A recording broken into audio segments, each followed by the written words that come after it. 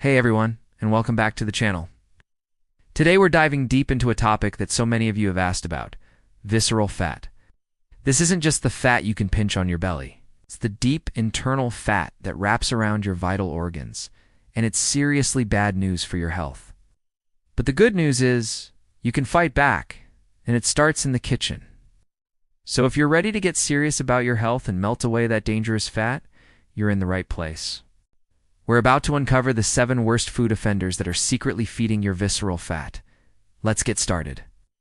First on our list, and it's a big one, is sugary drinks. I'm talking about sodas, fruit juices with added sugar, sweetened iced teas, those fancy coffee drinks that are more dessert than coffee. You might think it's just a drink, how bad can it be? Well, it's pretty bad.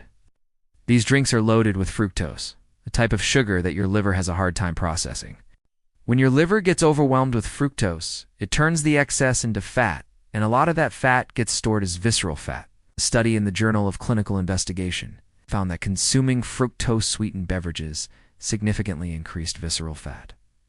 So what's the fix? Simple. Swap them out for water, unsweetened green tea, or sparkling water with a squeeze of lemon or lime. Your waistline and your liver will thank you for it. Next up, we have refined carbohydrates and white flour products.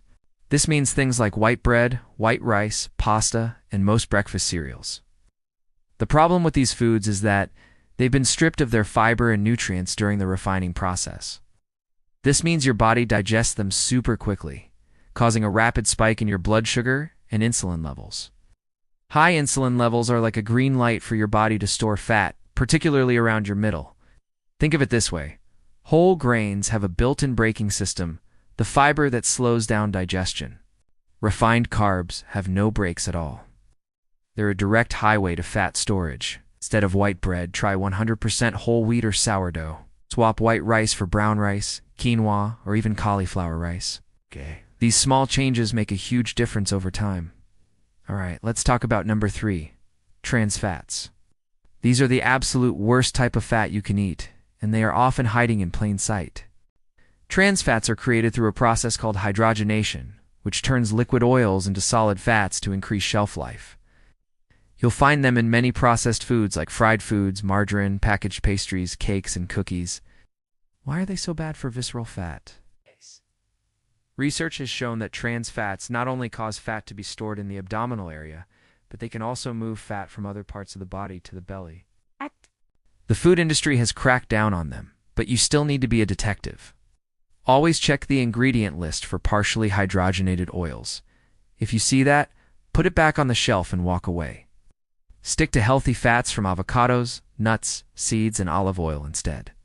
Coming in at number 4 is processed meats.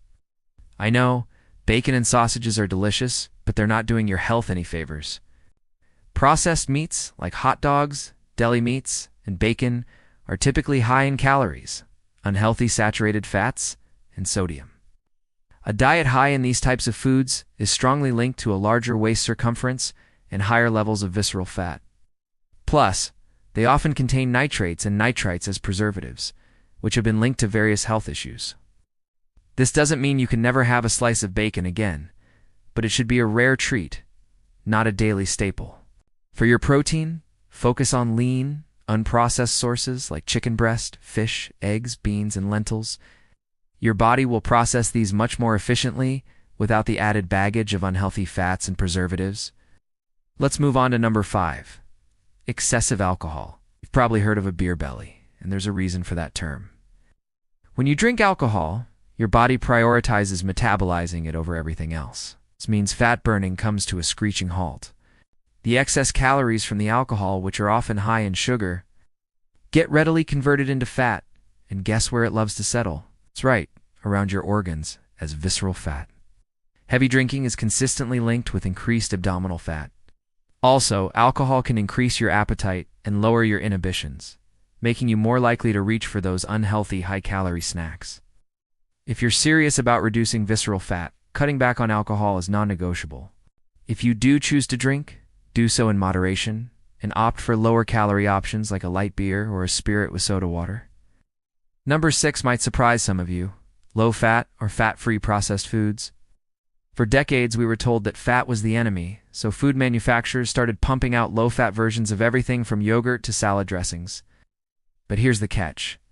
When they take the fat out, they have to add something else to make it taste good. And that something else is usually sugar, high fructose, corn syrup, or artificial sweeteners. As we've already learned, sugar is a major contributor to visceral fat. So while you think you're making a healthy choice, you could actually be consuming a product that's worse for your belly fat than the full-fat version. Instead of falling for the low-fat marketing trap, choose naturally full-fat foods in their whole form, like plain full-fat Greek yogurt, and control your portion sizes. The healthy fats will keep you fuller for longer and won't trigger that insulin spike. Finally, at number 7, we have commercially baked goods and sweets. This category includes everything from store-bought cookies and cakes to donuts and pastries. These treats are a triple threat. They are typically loaded with refined flour, heaps of sugar, and unhealthy trans or saturated fats. This combination is the perfect storm for creating and storing visceral fat. It spikes your blood sugar, provides empty calories with no nutritional value, and promotes inflammation throughout your body. I get it. We all crave something sweet sometimes.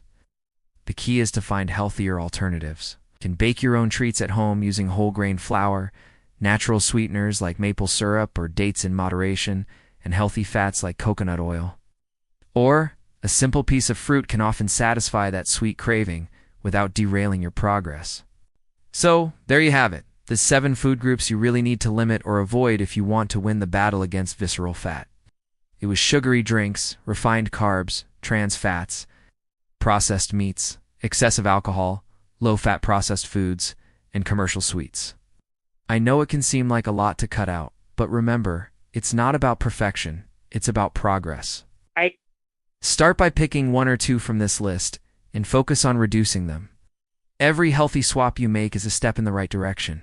Combine these dietary changes with regular exercise, especially a mix of cardio and strength training, and you will see amazing results. Your body will not only look better, but more importantly, it will be so much healthier on the inside. Thank you so much for watching today. Hope you found this information helpful and empowering. If you did, please give this video a thumbs up, and Dan T, forget to subscribe and hit that notification bell so you don't miss any of our future videos.